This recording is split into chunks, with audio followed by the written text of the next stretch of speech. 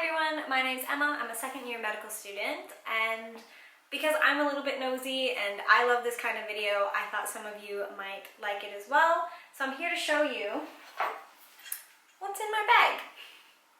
Now, this video is going to be a little bit specific to my GP placement. So I have quite a small bag, doesn't look good on camera. I don't always keep everything I need in it. It really depends on the day and what I'm going to need. So if you're interested in seeing more videos, what I take in my day on a study day or on a school day, then let me know. But this is pretty indicative of what's in my bag most cases, but specifically for my GP placement. And this is going to be really raw, really real.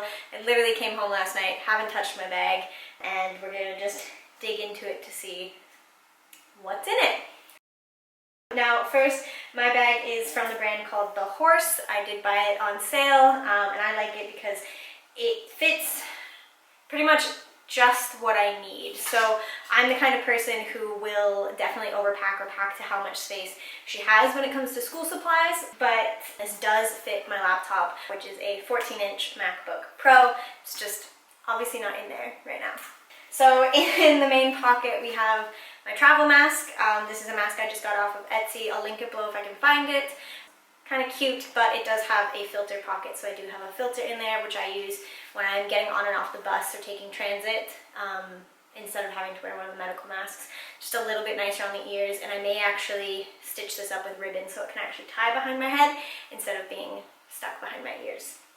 We do wear masks on our placement, and our faculty provides them for the offices that we shadow at. So I did have a plastic bag in here, like a Ziploc bag with 2 masks in it when I started the day. Obviously don't have those anymore. Next up, my wallet. It's also from The Horse and just has all the standard things in it. There we go.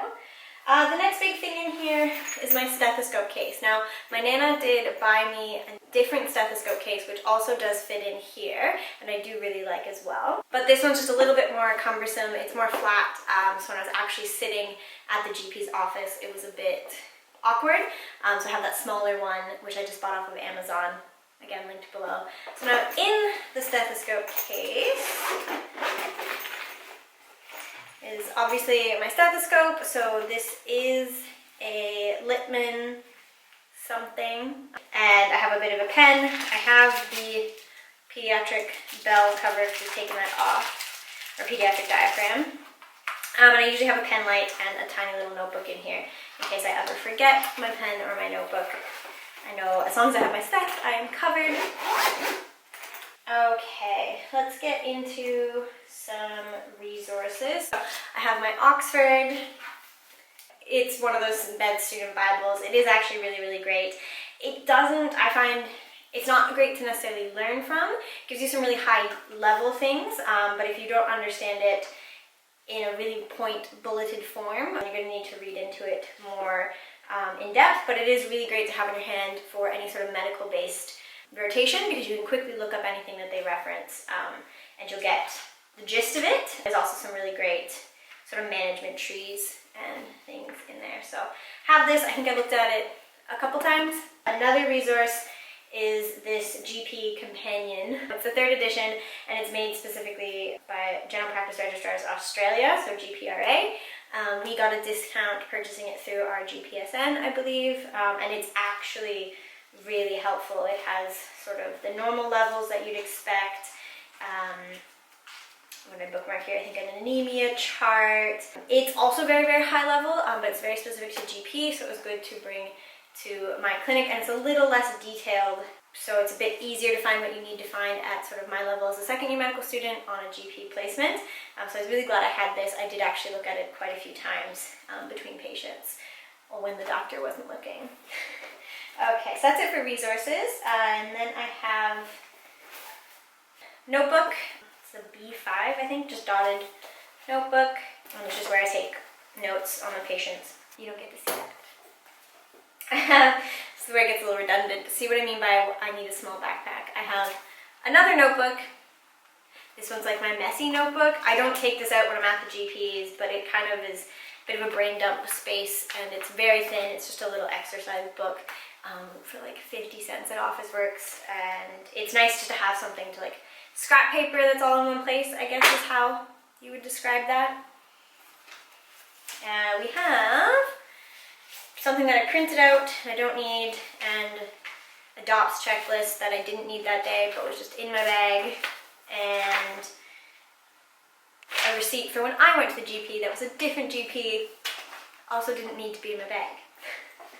Okay, we're almost done here, and then I have my Hobonichi planner, which I adore. I've promoted a lot of other kinds of planners and such, and Google Calendar is still my darling, but for a written calendar, the Hobonichi just does everything I need. It's got space for time and a to-do list, and there's always a pen with it, and I have just really been enjoying using this. It's nice and small, noticing the yellow theme.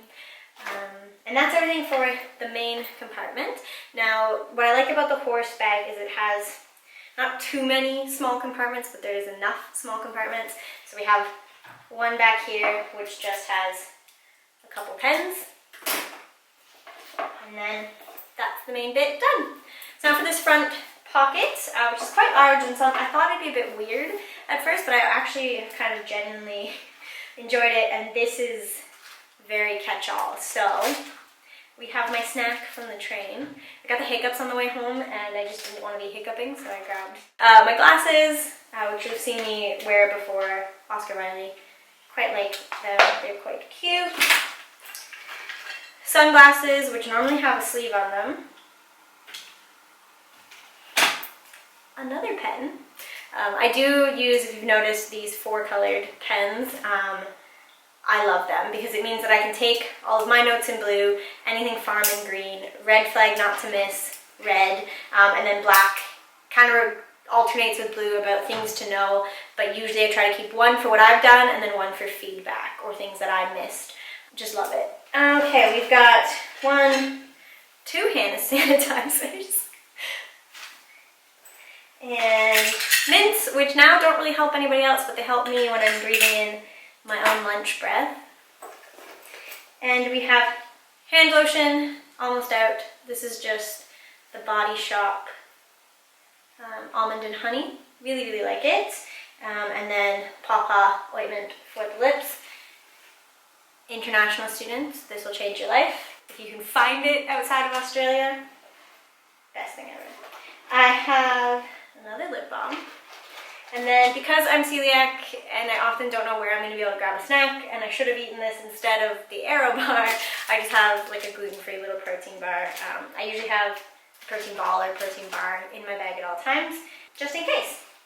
Last but not least, I have my name badge. I thought I lost my name badge, and so I asked the faculty to order me a second one when they were doing new rounds. Got the second one, found my original, so now one of them just lives in my bag. Sorry. And then there is another small pocket in here which has, actually surprisingly, only 2 little lip products, which don't really need when you're wearing masks. But whatever lipstick I put on for the day, I just pop in my bag. And usually that means I have quite a few. Somehow I've maintained only a couple. So that looks like it's it for the bag, but there's actually this tiny little pocket in the back, which is really nice when you're traveling and such. It's empty now, but it's normally where my keys go. Obviously I needed the keys to come home.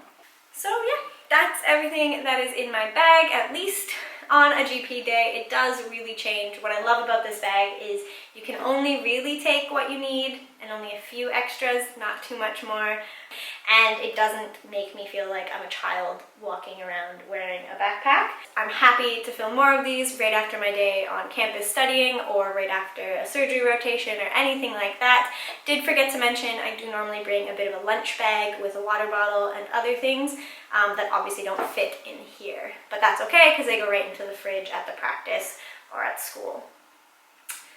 But yeah, that's all for me today. If you have any questions, please make sure to comment them below. Any video requests, let me know. Give this video a like and be sure to subscribe if you want to see more of my journey to or my journey through med school. And I will see you in the next one. Bye.